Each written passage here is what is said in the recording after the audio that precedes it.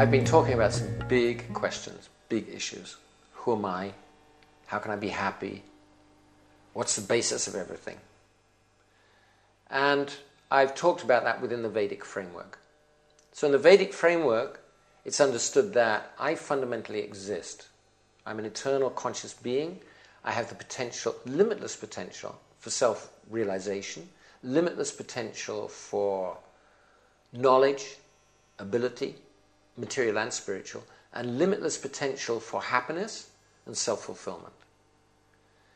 And also talking about the universal self, which is the reservoir of all these qualities, of our conscious qualities, as also of matter. According to the Vedic wisdom tradition, the purpose of life is to be happy. And everyone agrees with that. My first teacher, he said, I have come to make you happy. Happy in this life, happy in the next life. So this is the real purpose of life. Purpose of life. And there are different kinds of happiness. You know, there's a book, Happiness is a Warm Puppy. Happiness is an ice cream. Happiness is sharing a cigarette. There's so many different kinds of happiness. But generally speaking, the highest kind of happiness is in love, loving relationship. That's what people want most. So happiness is actually a state of consciousness. And we find ourselves, we find our identity in relationship. In relationship, we get our necessities. We find ourselves as people, psychological people. We find our social identity. We find love.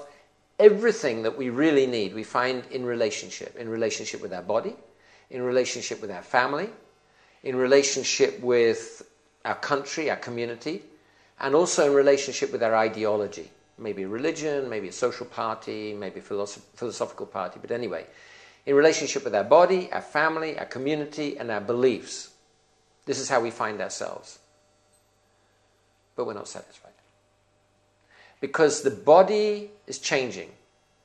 And after some time it'll disappear, it'll break down. Just like a car.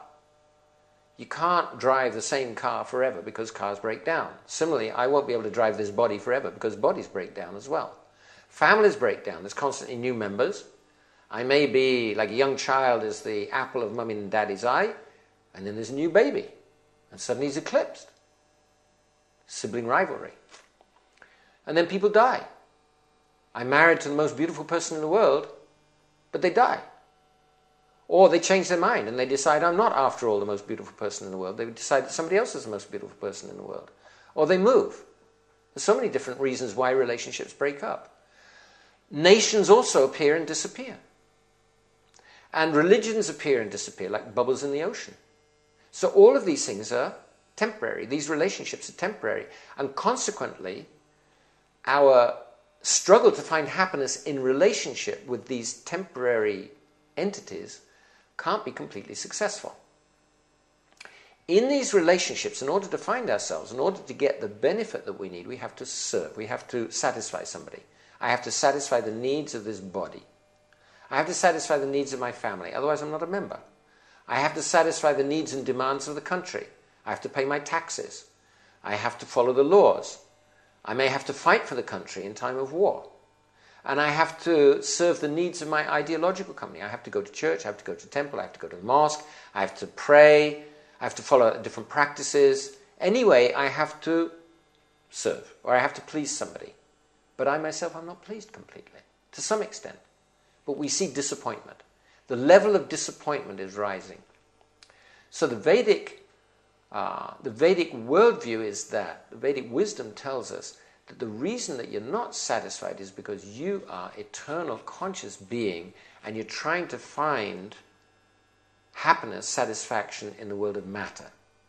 You're alive, matter is inert. You're full of knowledge, matter is full of ignorance. You're full of happiness, potentially, and matter is full of misery. So then we should look somewhere else.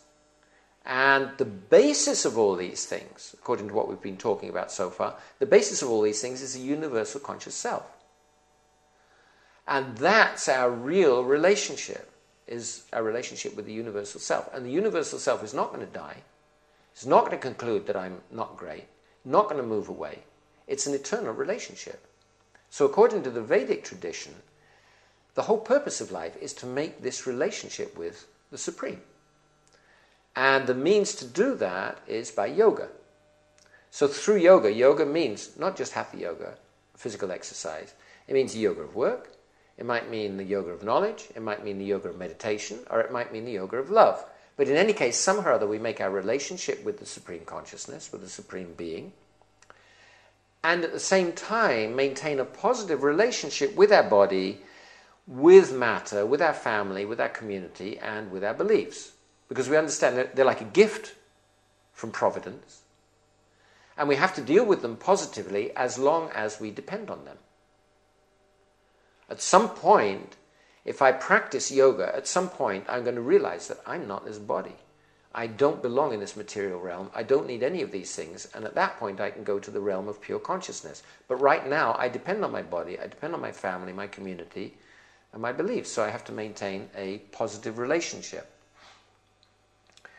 So the Vedic tradition recommends that we practice yoga and also that we rise through the yoga systems. In other words, we make a closer relationship with the Supreme. The yoga of work, where we work as we're supposed to work, it's good, but it's not a very close relationship with the Supreme. Yoga of knowledge, it's okay. It's also very good, very high. But still, cultivating spiritual knowledge at the end of the day doesn't tell us about the personality. Yoga of meditation concentrates on that personality within the heart, but that's still within this material world. The yoga of love recognizes that the Supreme doesn't just exist in my world, but my world exists in the world of the Supreme. And the ultimate loving relationship, instead of trying to pull the Supreme into my world, it's to become part of the world of the Supreme. At the same time, although the Vedic wisdom tradition recommends this, it also allows everybody to progress at their own rate. There's no sectarian bullying or that you have to do it this way, you have to go in this way. You can choose your way of moving. So this view of reality is positive and effective. And according to the Vedic tradition, it's this view of reality which should be the basis of education. It's this view of reality which should be the basis of the social ideals. It's not sectarian, it's not dogmatic, it's even applicable in secular states. It's not a religion. It's like secular spirituality. It doesn't depend on a belief in any particular deity, a belief in any particular religious ritual or whatever. So the Vedic worldview is perfectly applicable in modern society. And this, the yoga of living and loving, takes this fact, the existence of the individual conscious self, the existence of the universal conscious self, and the relationship between them. So it takes this basic principle and then it expands on them, expands on those principles to show how the Vedic wisdom tradition can help us to live peacefully, prosperously and happily, materially, how we can solve our problems, and how we can understand what is religion, what is spirituality, and we can progress both materially and spiritually to find complete fulfillment.